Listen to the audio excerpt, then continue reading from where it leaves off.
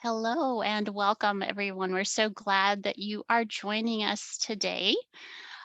We are here today to talk about increasing retention for your Giving Tuesday donors. So, welcome. And if you want to, you can drop into the chat. Tell us where you're joining us from and what the weather is like there. We're in Indianapolis today. I am with Diana Otero, and it is about 38 degrees here today. So, but we do see the sunshine, which is a lovely thing. So, all right. Um, a little bit about me. I'm Margie Worrell. I'm the curriculum manager at Bloomerang. The most important part of my bio are the last three words, two small dogs. I have two small dogs who might decide to chime in today. I can see Diana's laughing. If they do, I will continue through this. I hope that you will be able to be patient with us. We will get through it. So they do like to talk about donor retention as well. So we'll just bear with them. All right, so our agenda today, we're going to talk about why is donor retention so important? And then why do donors lapse or leave or stay loyal? Um, those two things will tie in together. We're also going to talk about some typical donor communication for Giving Tuesday and give you a chance to chime in a little bit with what you've learned to kind of analyze that with us. And then we're going to talk about what should we be doing and how can we do it? And then we'll just have some final thoughts to wrap up our session today. All right, so let's start. Giving Tuesday, as we know, is a pretty big deal. At its inception in 2012, it started out kind of small and it has just grown exponentially year upon year. And this year was no exception. You can see here $3.1 billion of critical support was raised in those 24 hours just in the US alone. Since 2020, in 2 years' time, we've seen a 25% increase in giving on that day. And 37 million adults in the US participated in some way with Giving Tuesday this year, which is a 6% increase over 2021. And that's with the pandemic still in place. So this is a very, very big deal, but we want to consider something else. Christmas Eve and New Year's Eve actually are bigger. And when you look at December, 10% of all giving happens on the last 3 days of the year. And you can see in this graph, we're showing giving in 2019 and 2020 in December. There is a huge spike in those last few days of December. So I guess the message is this. If you participated in Giving Tuesday, awesome. You're going to be able to use these techniques with those Giving Tuesday donors for retention. But if not, there are still some amazing days to come. We have the end of year giving, you have other campaigns. So all of these techniques that we're going to be talking about today and these best practices can be utilized at any time.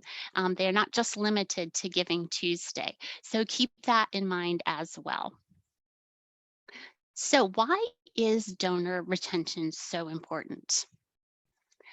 I want to start with a poll, and I'm going to put this poll up here for you. I just want to know, do you know your donor retention rate? No shame, just yes or no, I do, I don't. I'm not going to make you put it in the chat or anything like that, so there's no, you don't have to prove it.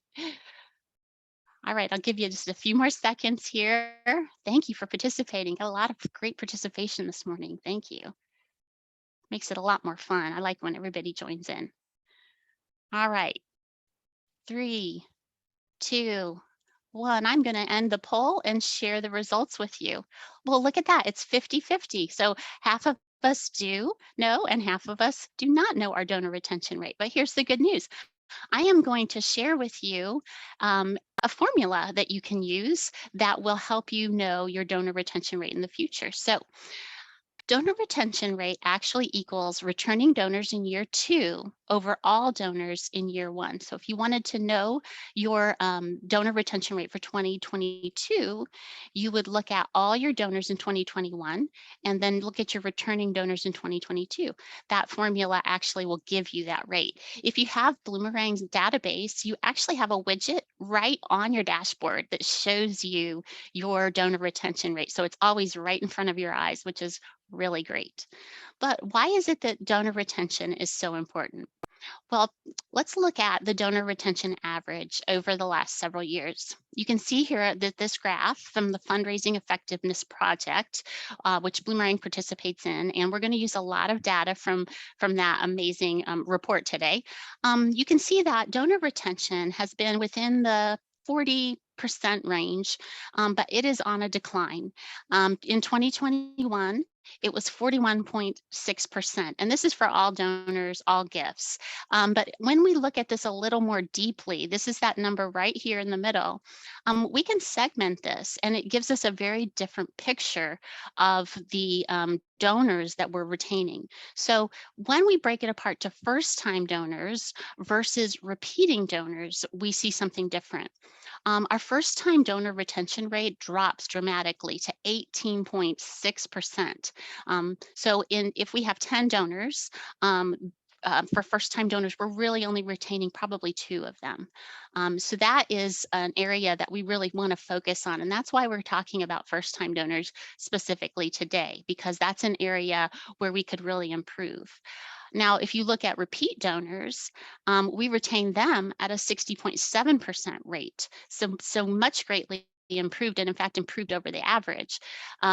If we can get someone to a second gift, then we have a much better chance of retaining them. That is why it is really important to look at those first time donors. How do we retain them? How do we keep them on the journey and get them to give again? And then they become part of this group of repeat donors where we have a much better chance of retaining them moving forward.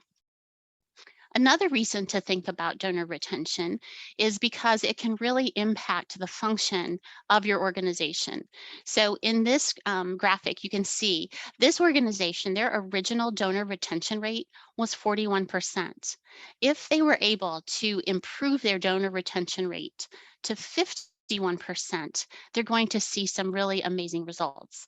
One of those is you can see here that we're starting with the same number of donors, the same average gift, but if we extrapolate for the retention rate, you can see that we actually gain 4 years of viability by having that higher retention rate with our donors, and we gain about $500,000 in savings.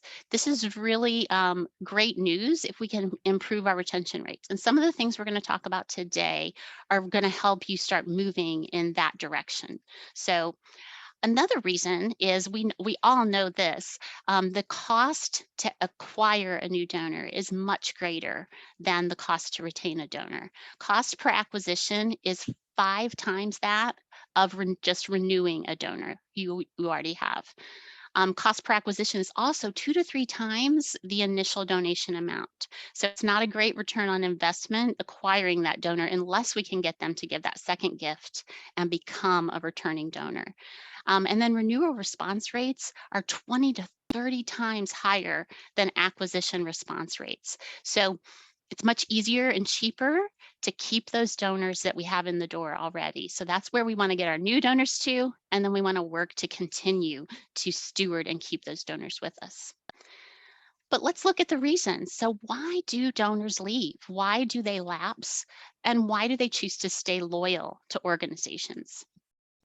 Well, in a study in 2001 by Adrian Sargent, who is considered to be the grandfather of studying lapsing donors, he asked donors why they stopped giving to organizations, and these were the responses that they gave. 5% thought that the charity did not need them, um, and 8% got no info on how their money was being used.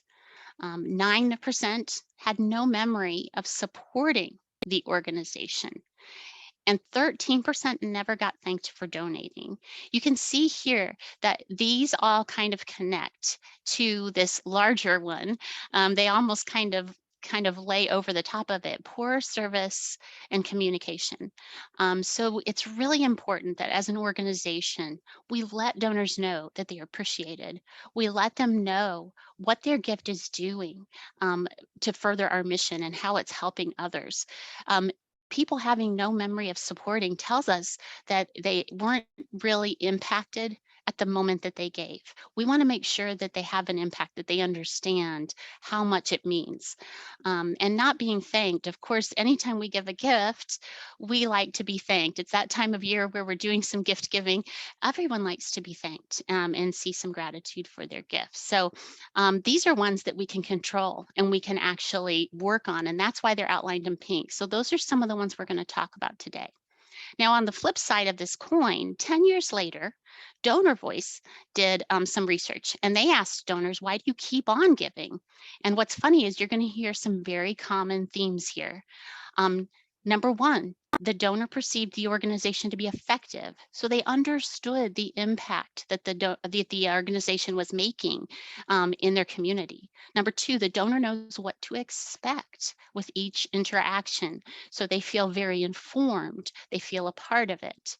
Number three, the donor receives a timely thank you. You can never thank somebody too much. So they want to be thanked in a timely fashion. Number four, the donor receives opportunities to make their views known. When someone donates, they want to feel like they are a part of your mission and they're able to have input into what you're doing, into your work. Number five, the donor feels like they're a part of an important cause. Number six, the donor feels like his or her involvement is appreciated. And number seven, the donor receives info showing who is being helped. So I think you can see the correlation between these two. This is what people really need and crave in order to be loyal donors. Also, we want to consider what kind of information are we sharing? People are busy, as we know, and so we want to make sure that the information we're sharing with them when we communicate is relevant. It is what they want to hear. So there was a study conducted by the IU Lilly School of Philanthropy where they asked about the content that is being shared. 52% of respondents said that they wanted to hear about stories and experiences that shared how people were helped by their gift. It's huge. That's over half of the people wanted to hear those kinds of stories. 32% wanted frequent updates about the organization's programs and services. We want to be able to turn our donors into champions for our cause, for our mission. And the best way to do that is to tell them about the work that is being done with and within our community. So if we share that work, then they're able to talk in an intelligent and informed way about our organization to others. 32% said they wanted emails with their donations impact and a heartfelt thank you for their donation. And 25% said educational and interactive webinar series related to the mission of the organization and the impact. Again, they want to be informed. That's the best way to make them champions and advocates for your organization. So let's think about this for a moment. Let's distill some of that information down. What are some of the ways that we can improve donor retention? Thanking quickly and personally, illustrating that we know who the donor is. The day of the form letters going out to everybody is over. We need to make sure that we personalize the way that we talk to our donors. And part of that is segmenting our communications, making sure that we're looking at people from their aspect and really speaking to them, telling them about how their gifts are used or will be used, telling them what comes next, what can they expect from us as an organization, and then respecting their wishes on that. Being curious about what motivates them and soliciting feedback. Surveys can go a long way in helping people understand, right? And be able to know what it is that is important to them. And then I often kind of say this is kind of a 201 level, but prioritizing monthly giving. This is something that is really important with regard to certain donors in particular. And we're going to talk about that in just a moment. So I know many of us really like, I don't know about y'all, but I really love my auto pay for my bills. This is kind of that same thing. You set it and forget it.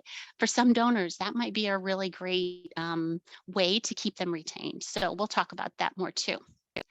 But before we do, I want you to just take all of that information that we just took in about retaining donors, about why donors leave or stay. And we're going to talk about some typical donor communication on Giving Tuesday. So Stephen Shattuck, who used to work with Bloomerang, he used to do this experiment, and this is from 2015. He called it the Great $5 Donor Communications Experiment, and he would send a $5 donation to 25 different organizations in a random city somewhere in the U.S. And he did this every Giving Tuesday. And then he would wait and see what responses he got within 2 weeks. What was their follow up like? Now, this is interesting. As I'm reading through these, I want you to kind of look and think about what we just talked about and what we just heard and really evaluate what we're seeing here in the responses. So of the 25 organizations, he got 23 email receipts, not a thank you. Keep in mind, this is just that email receipt. 12 snail mail letters.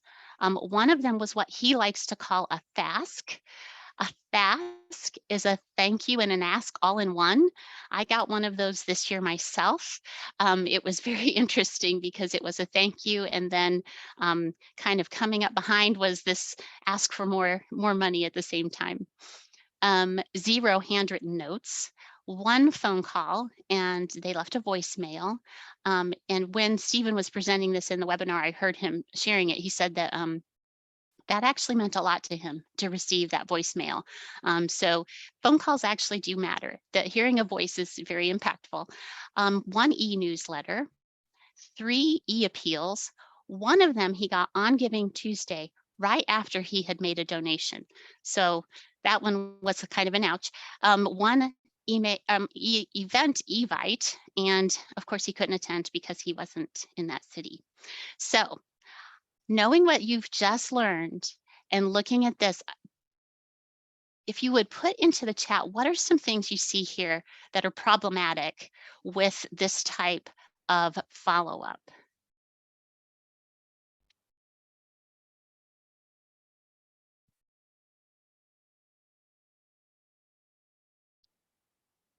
I'm a former teacher, and so I can wait quite a while. Okay, thank you guys. Yes, impersonal, not many personal thank yous, lack of handwritten notes. It's one way, lack of personalization, not personal, insufficient gratitude. We need to send a sincere thank you. Absolutely. Thank you all for participating. Yes, these were very impersonal, not personalized at all. Once you want to feel like you're not getting an automated response. Yes, Andrea. Some form of receipt should be on all of them. Absolutely. But we also want to make sure that we're thanking our donors, right? We want to make sure that we are personally reaching out to them and thanking them. And we have the capability to do that, which is really great. The phone call was the only personal communication. You're right, Michael. Absolutely. Ashley says our organization has a rule to call and thank all first-time donors. That's crazy. I know it is, and I kind of marvel at it too. I think that's a great policy, Ashley. And in a minute, we're going to find out a little bit more about calling those first-time donors. So I'm really glad that you mentioned that too. So let's move on. Yes, Christine, I hear you. She says, but how can you possibly send personal handwritten thank yous to everyone? Is a $5 donor worth prioritizing? That's a really great question, Christine. You probably can't send personal handwritten thank yous to everyone. It depends upon your bandwidth, but you can communicate a thank you and in some form or fashion. Part of segmenting is being able to decide what type of thank you each group is going to receive. But some sort of thank you is really important if we want to retain that donor, right? We have to think about that part of it as well. Yeah.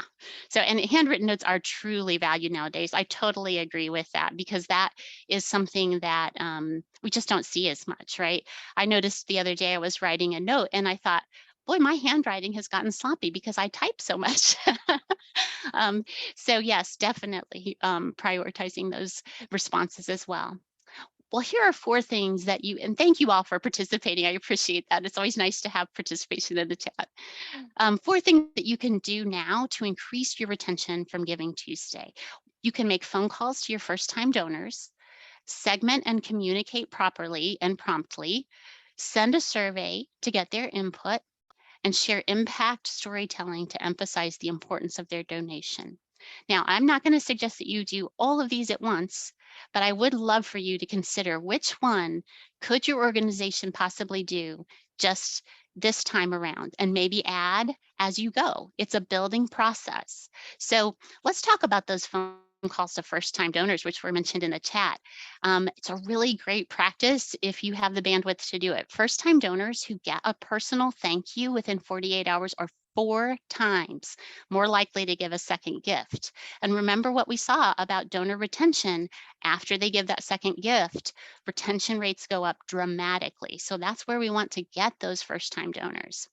A thank you call from a board member to a newly acquired donor within 24 hours of receiving the gift will increase their next gift amount by 39%. So when we think about this, a thank you call to first time donors will increase the retention rate, the speed to the second gift, and the amount of the second gift. So this is an investment that might be worth it to your organization. The next thing we want to talk about, and we're going to demonstrate this inside our Bloomerang database in just a moment, is segmenting your donors and considering how you communicate with each one of them. As was already stated, it can be really hard to do handwritten notes to each and every person who donates, but you can do different types of communication with different groups. So I'm going to suggest this. There are so many ways to segment your donors, but this is a really great way, particularly after a campaign like Giving Tuesday. So for this, what you want to do is segment your Giving Tuesday donors into your new donors and then also your returning donors. Then you want to find what was the average gift amount for your Giving Tuesday campaign. And you want to take your new donors and then segment them into new donors above the average amount and new donors below the average amount. Then you want to take the same thing with your repeat donors above the average amount, repeat donors below the average amount.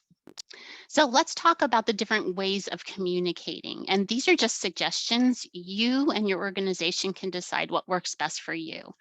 But for new donors above the average donation amount, this is someone who gave at a significantly higher rate than others, and it's the first time they gave. So they must have an affinity of some sort for your mission.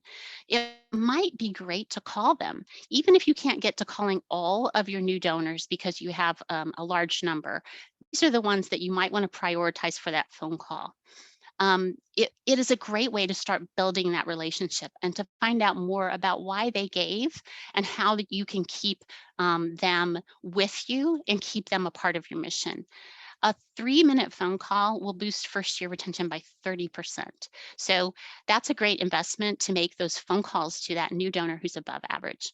The new donor below average, acknowledge their first gift sincerely and explain how it's going to be used. Maybe tell them some impact stories.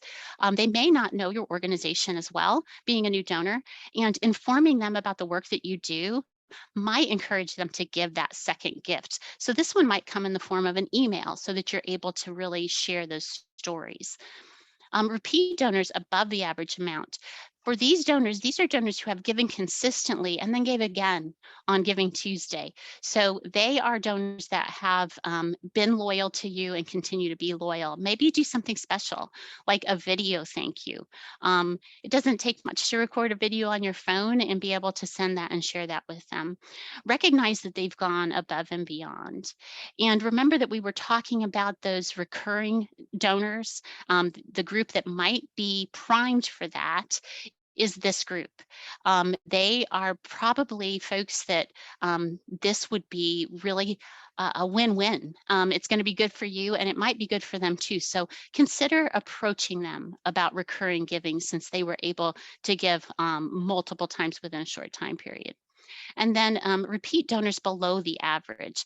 These are donors that maybe they haven't given as much recently. Acknowledge their gift with gratitude, but consider these folks for sending out a survey. And again, this will probably be through email. So think about surveying them and finding out what's going on. Maybe they've been disillusioned or maybe there's something happening with them.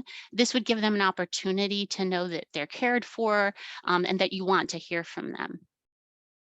So here are some examples of surveys. You can see here that this is a merge field so that when someone gets this, it's going to have their name inserted in it. It's really important. We don't like to see dear donor. They want to be able, if you have the capability to put a name in, it's really great to do that. And I'm going to show you in Bloomerang how you can do that so that you can personalize those communications. But then just giving them the quick, it only takes 2 minutes, a quick survey, tell them how long it's going to take, um, and give them the opportunity to be able to communicate back to you. Storytelling is amazing and telling the impact that their donations are making. And you can see there's this lovely picture. It's always great to see a face. We all love connection, having a video so that they can hear the voice of someone that they are helping. That really is very impactful. So consider that if it's at all possible. And then just keeping it very personal and thanking them, right? And I love this line, thank you for standing with us and investing in a brighter future. So it's really great. This is another great example too.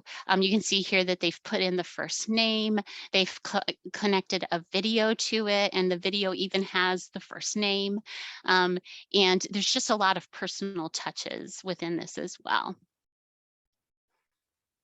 So kind of putting all these pieces together, this is something to put in your pocket, maybe for next year or for your next campaign. It's really great if you can look at your segments and create kind of a communication plan, if you will. How do you want to take this donor through a journey of kind of stewarding them? You can see here that there are several segments that we talked about. There's this thank you phone call within the first 2 days. Remember that 48 hours is that window that we're looking for. A signed thank you letter, bonus points if it's handwritten. A survey is another great idea to be able to find out more about your donor and about their interests. And then also putting them on your newsletter sends. Make sure that they are hearing about the programs, the work you do, the opportunities to volunteer and be engaged. And you can see here that day 85 is when we come to asking for the second gift. It's not back here at day 5. We have to steward them and guide them and give them a little more information, and then we ask. Research does show that your best opportunity to get that second gift is in the first 90 days. So that's something to consider too as you're creating a communication plan. All right, so before we go into the database, are there any questions? Let's see what we've got going on. Hi, Margie. We had a question a little bit earlier. Mary Beth notes she read in the book called The Little Book of Gold that newsletters were not perhaps the best way to inform. How would you suggest you can inform without informing too much, without sending too many emails or letters or too many phone calls? Wow, yeah, that first of all, that's a really great question. People love communication, but not too much. Um, I think sometimes there are some recommendations when you go into a newsletter, sometimes having very short snippets with a hyperlink to a blog or another piece of information can be really useful. That way, if people want to engage deeper, they can go and read the article, but just giving them that one paragraph so that they can have something easily digestible that gives them really the high level facts can be really, really useful. Another idea is that within Bloomerang, you can actually ask your donors, would they like to be included on newsletters? And if they don't wish to be, you can actually note that communication preference. And then that way you're not sending them newsletters if they've not wanted them, if they are not asking for this. Some people prefer to just go on your website themselves, right? So those are just a couple of suggestions I would give. We do have some online classes and suggestions too about creating newsletters that are much more, I guess, more pleasing to your donors. Good point here. Someone notes in the chat, we stopped sending newsletters because we had a 7% open rate. Mm, Whereas someone else comments, this is interesting because our donor base is older and we get our best responses on mailed appeals and newsletters. So so it's just interesting. interesting how varied each organization is. And I think that gets to the point too of, you know, what works for your organization and you know your constituents best. So keep Yes. doing what's working for you. Absolutely. No, I love that. And thank you, Rebecca and Ashley, for those two perspectives, right? So it really does depend upon your donors and their preferences. And that's that whole point of keeping in contact with them and getting their feedback so that you know what it is that they're looking for. I love that. Yeah, I see Sarah's asked a question. What kinds of questions would you include in the survey? Oh, wow. That is really great. Sarah, to your point, it may be that your organization is seeing some pain points. Maybe you're not getting, as Rebecca said, you're not getting great engagement with the open rates on your newsletters. Maybe one of the questions is about that.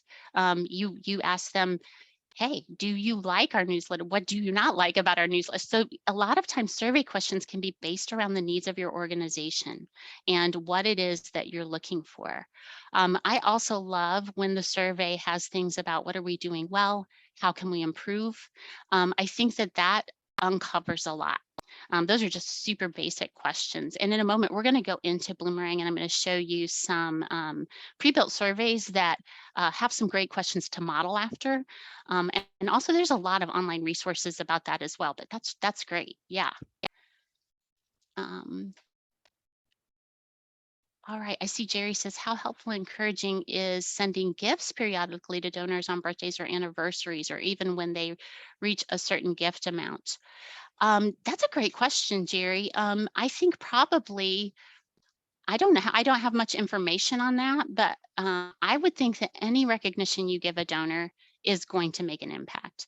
And it depends upon the bandwidth of your organization. But if you are recognizing your donors, you're going to see positive results from that because that's just how it is. Yeah. I love that you all send so many great things. Yeah. So I'm going to go ahead and dive into the demo inside the Bloomerang database. And I just want to show you some ways that your Bloomerang database would be able to help you make this process a lot easier. We're going to look at phone calls to first-time donors. We're going to look at segmenting and communicating. We're going to look at sending a survey to get input. And we're also going to look at sharing impact storytelling to emphasize the importance of people's donations. So I do that every time I go to the next slide instead of going out to my database. All right, here we are. So this is my demo database, and you're going to notice it has some funny names in it. So yes, I apologize for that.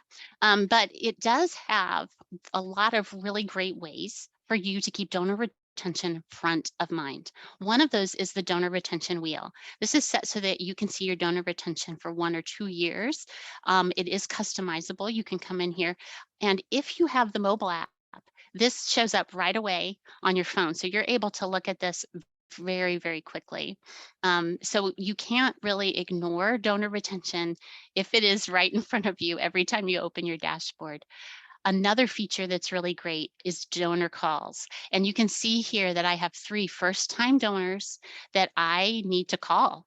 And the dates on these are 12/13, 12/9, and 12/9. You're going to notice these are all very recent dates because of the fact that this donor widget is set up to keep your first time donors in here for 7 days.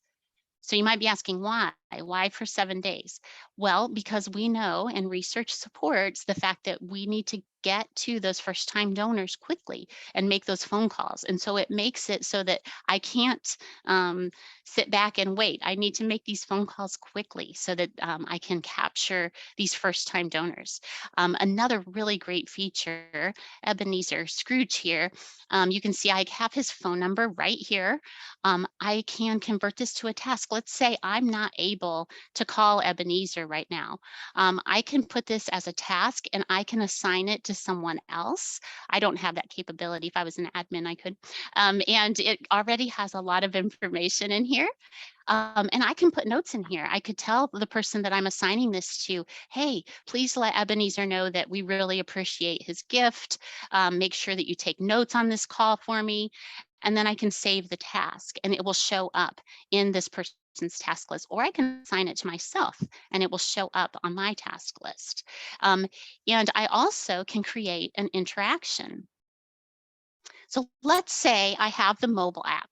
And the really cool thing about the mobile app is that I can, right there on my phone, hit the phone number, call Ebenezer right now, talk to him, and I can be taking notes on the interaction with my phone. And maybe I want to say, oh, I don't know how to spell his name. I'm going to call him Eb for short. Eb said, bah humbug. So I could take notes on what he said during our meeting and save it as an interaction. So you can see that he has now disappeared because I've made that phone call. So if I go in and I look at Ebenezer's timeline, the cool thing is I see that phone call right here.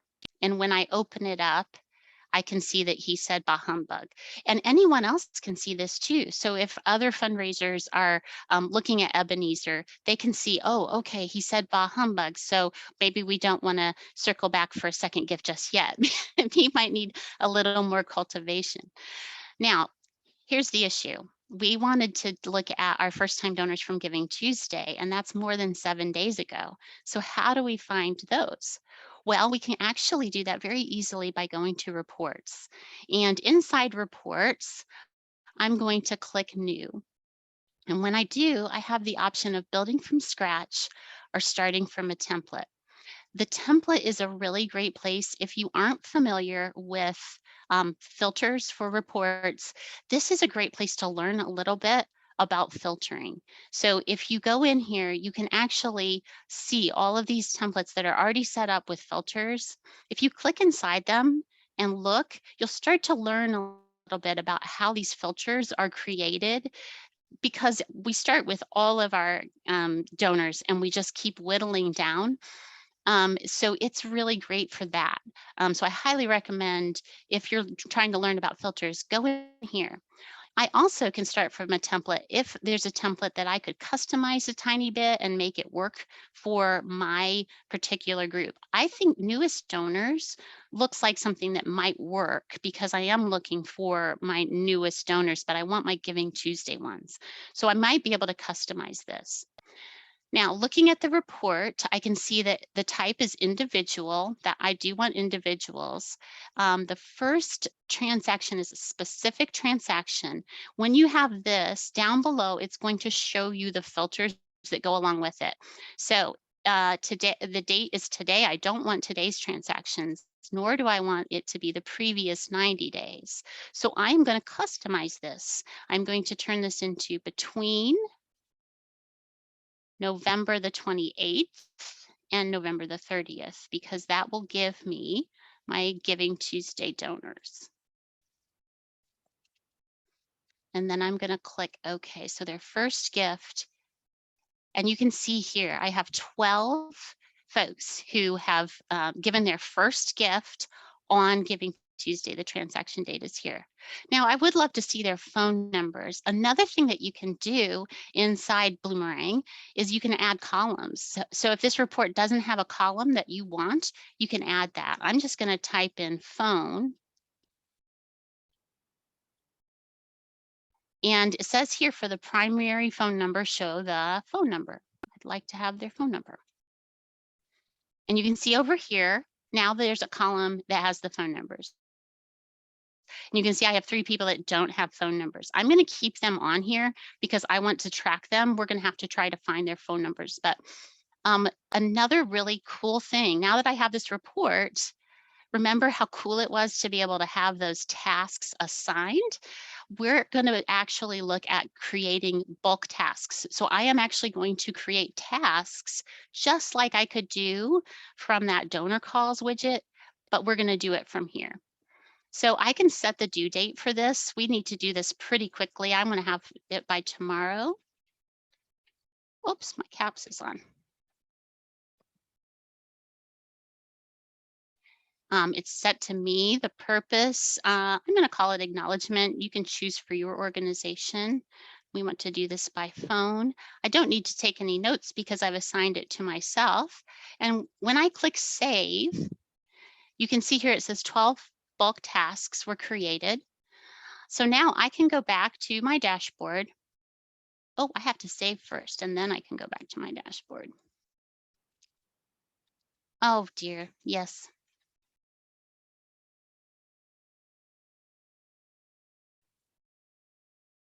I have to name it first, and then I can save it. All right, now we're ready. Let's go back to my dashboard. And you can see right down here, I have gotten all of the people that were on that list, all 12 of them, to be a task for me. All right, so I can make those first time donor calls. I can take notes on it.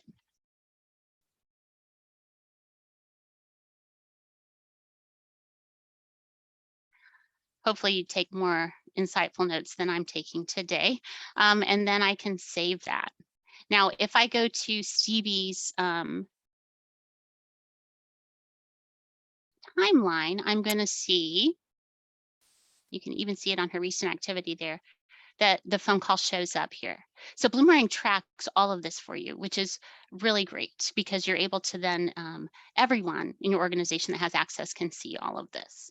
So that is making those first time phone calls. Are there any questions before we move on to talking about segmenting? I see a lot was going on here. Hi, Margie. We do have a couple of questions around phone numbers in our Q&A. How do you get donor phone numbers? Most giving is online and our platform does not ask for phone numbers. Yeah, Michelle, that's a really great question. And oftentimes people are a little more reluctant to give phone numbers because of the fact that there is so much spam and people just don't feel as comfortable sometimes giving out those phone numbers. So I think probably asking for that up front when you are getting them to be a part of your donation process. Diana, do you have any thoughts on that as well? Well, I think this is pretty interesting, and it's really about building that relationship with your donor. Yeah. I in my experience, most first-time donors may not include their phone number, but in the course of building that relationship with the donor, you'll likely get their phone number another way, whether that's sending out an email that says, "Oh, we want to make sure your contact information is complete. Please fill out your information," and they might add their phone number there, or maybe you invite them to an event or an open house, and you collect information there, and they might give your phone number there. But I think the key thing is really about building that relationship, and when the donor feels comfortable with your organization, they will give you more of that information. There's other ways to get it, like you could get a service where you can get the phone numbers, but I think organically, when you're building that your relationship, you'll learn more about that donor and they'll be more open to sharing information like that. Yeah, that's a great point, Diana. I totally agree. And it makes it hard because what we are talking about here is calling first time donors. And if they don't give you the phone number, that makes it hard, right?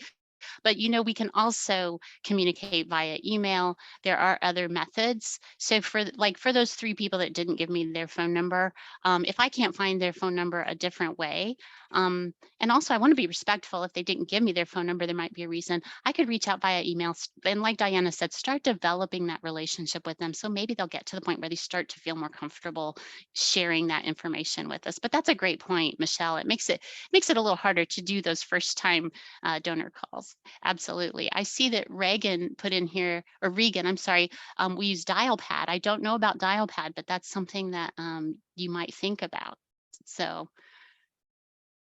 yeah, absolutely. I see a lot of great comments in here as well. So thank you for sharing all of this information. I love when people share their information because we learn so much from each other in this nonprofit space. So I think that's amazing. So keep sharing.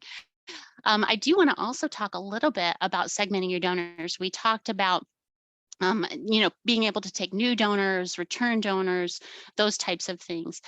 When we do our reports, like we just did, we can look at segmenting them further. So remember, I just created this report for my first time donors from Giving Tuesday.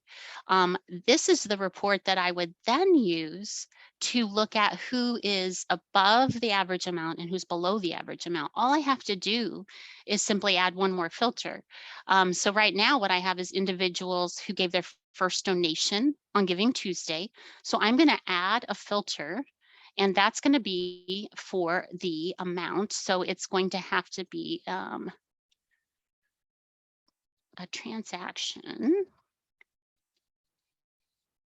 And it's going to be a specific transaction, and the transaction amount, this is going to be for my below average donors, would be between 0 and $399.99.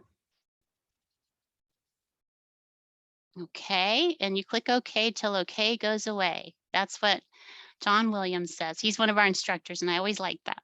And you can see that I have 9 folks out of the 12, and their donation amounts are right here. Okay, so they are ones who gave below the average amount. For the ones who gave above the average amount, it would be the same thing, except for that amount, I'm going to put 400. It's going to yell at me because it doesn't like when you make that happen. And when I click OK, here's the other 3 that gave above that amount, okay? And when I save those reports, then what I'm able to do is send out those email communications. Remember, we talked about communicating to the first-time donors below the average amount with an email with impact stories. That first report that I ran, I could take that report and reference it in an email. I'm going to show you that in just a moment. And it would go to those donors that were in that segment. So it's really great for us to be able to create these reports, have them for different purposes. We can use them then to send emails, to make phone calls.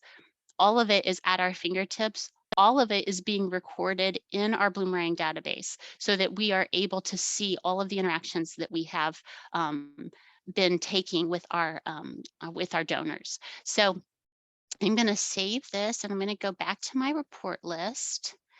I want to show you how to use an email and reference a report in Bloomerang so that you're able to create an email that is personalized for your specific group. Right here, I've created a report. It's my Giving Tuesday donors that are returning donors below the average amount. I've put in those same types of filters that you just saw with my new donors. And what I'm going to do is I'm going to go into emails. And before we start, I do want to say that I did this previously by clicking new and creating an email. So that's how you do it. I'll show you real quick. You could either do a starter template or a Giving Tuesday template. You choose your template and then you design your email. I did a lot of customization on mine, but I just want you to know that's how I did this. So inside here, I have created this email. Remember our returning donors below the average? We were talking about we want to be able to send them a survey and kind of find out what's going on with them. So inside here, inside my email, I have inserted different boxes, different rows I have also used insert merge fields, which Bloomerang provides for you. If someone is within your Bloomerang database, you can insert a merge field so that it will insert their name, it will insert their donation amount. You are able to really create a very customized email that feels very personal. And so your donor doesn't feel like they're getting that form letter. So you can see here that this part, I'm thanking them for their donation. I am putting a little tiny snippet about an impact story about John Smith and his family, and they're putting their picture. Images are important. People want to feel connected. But also keep in mind, you want to be respectful of the people you serve. So make sure that you have permissions, make sure that people understand how you're sharing their information. There is a resource at the end of this that I'm going to share with you that talks a little bit more about being careful about how you share people's information. But just putting that impact story just helps them understand a little bit more about why it's important, why their donation matters. And then this next section, I've actually put in the part, we want to hear from you. This is where we are going to put that survey.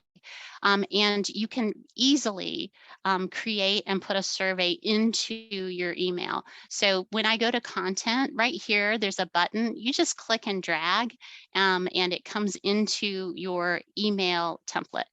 And this is my 5-minute survey. You can see here I have the URL. It is a Google form. You may have a different survey structure. Maybe you use SurveyMonkey, maybe you have other types. Whatever you use, you're able to just put it right in here.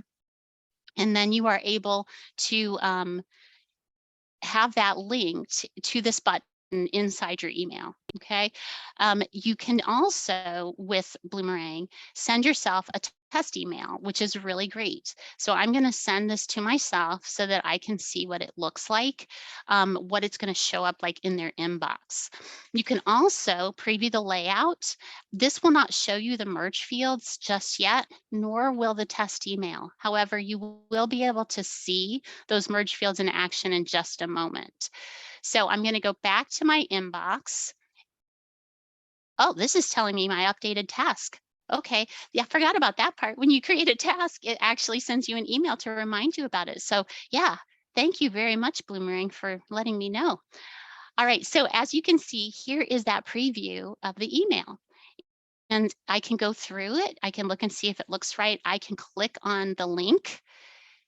Yes, that looks like my survey. I'm very pleased with that. So it is a wonderful way to be able to see how it's going to show up. When I go up here to save and preview, you can see here that it shows up with those merge fields in action. So Pam Beasley, and I can go through each one of these, Michael Bluth. So as you can see, this is a great way. Then I can send now, or I can schedule it for later. Now you may be wondering, how did I get these constituents? Where did that come from? Well, that came from when I was designing it, not designing it, I'm sorry. When I was filtering it, I added filters that make it so that it goes to the people I want it to go to. So for this one, I wanted to include all of my people that were on that report. So I searched inside my filters for a report, and I came up with this report name, which is the report we were just looking at, the one we just created. So that is a way to use that report to then populate the email list for your donors that are returning and below average. So then you can send this and you'll be able to get the survey results. When you download the survey results in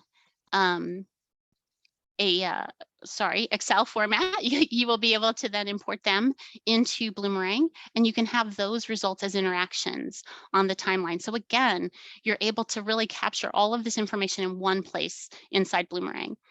I do want to point out this very, very quickly because I know we're running short on time. Engagement surveys, these are not surveys that are customizable, and there's a very good reason for that. These were created based on the work of Adrienne Sargent, and these are baseline surveys. So these are surveys that you don't want to ever have change. We want them to stay constant because we don't want to be comparing apples to oranges. And if someone changes these, they will be changing what you're actually asking. So we have one for new donors, one for existing donors, and one for lapsed donors. And these were actually created to measure trust, commitment, satisfaction, and intimacy with the organization. So they have to stay the same. So when you see that, please don't think that that's templates. These are created in a specific way. If I click on the new donor survey, you can see here what it's going to look like when it comes to their box. And also I can preview the questions on the survey. And you can see these are questions that are geared towards finding those specific things, and they have to stay the same and stay a constant because this is kind of a baseline type of thing. So I just wanted to show that to you so that you understood a little bit more about that. Are there any questions so far? Diana, anything? This has been great engagement on on chat. So I'm just scrolling through here as well. Sure. Quick question here. Does the donor calls list only show new donors with a phone number? That's a really great question. Let's look. I'm wondering, view all first-time donors. I didn't show you that part. Diana, do you Yes. know why? I was going to bring up the filters. You might know offhand. Well, yes. So on the dashboard, the first time donor calls, that is designed specifically for calls. So a donor will only be there if they have a phone number. But that report that Margie was walking us through, that can pull in any new donor, even if they don't have a phone number. Great. Thank you, Diana. That's a great question. Well, these are very thoughtful questions. We've got a deep thinking group today. I love that. All right. So far we have any more questions, Diana, before we continue? All good. Someone did ask earlier if they were going to get a copy of the chat as well, because there's been a lot of great discussion and great resources shared in the chat. I just wanted to let everyone know any resources that were shared. We have a slide for resources, so we'll add those to those slides as well, which everyone will get an email with a link to the recording and the slides. Yeah, awesome. And thank you all for sharing in the chat. I think that's just isn't it amazing, Diana, that like we can all be like from all these different places and sharing all of this great, wonderful information. So we have talked about being able to connect with those first-time donors. We have talked about segmenting our communications. We have talked about surveying our constituents and our donors and finding out more. The last thing I wanted to talk about is storytelling for impact. So keep in mind that storytelling is so important. We live in our organizations every day. We see the things that are happening every day, but our donors don't. And sometimes we forget that.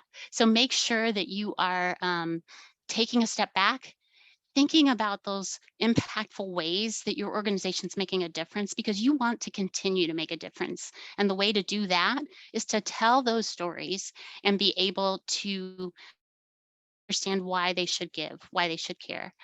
A suggestion I'd love to give is at United Way of Central Indiana, where I worked previously, we had what we called a story repository. It was a success story repository. All it was a Google spreadsheet, and we would take stories that were really amazing, stories that were about people being able to utilize resources to rise back up and really be able to find success. And we would just put them in that spreadsheet. And after a while, we had so many that we started to divide them out into different categories. And it became a wonderful place for us to look when we wanted to be able to share a story. So I highly recommend that. It worked really well for us. So I do want to go ahead, and I know we're running short on time, and just finish up quickly with you. appreciate all of you being with us today. So what can we do? Make retention a priority. Remember, it's really important that we retain those donors. Have a second gift strategy in place. That's something that you might look at moving forward. Segment your thank you list and communicate with each of those segments in a way that makes sense. Say thanks thoughtfully before asking again. Remember that timeline. So kind of keep that in mind as well. Pick up the phone. It's so hard to pick up the phone, but it makes a big difference for people to hear a voice. Ask your donors for their input. You might be amazed at what they tell you. And then tell your stories of impact. You're doing amazing things in your community. Share that. Make sure that people understand. One of the things I really want to promote too, while we're talking about Bloomerang, is our mobile app.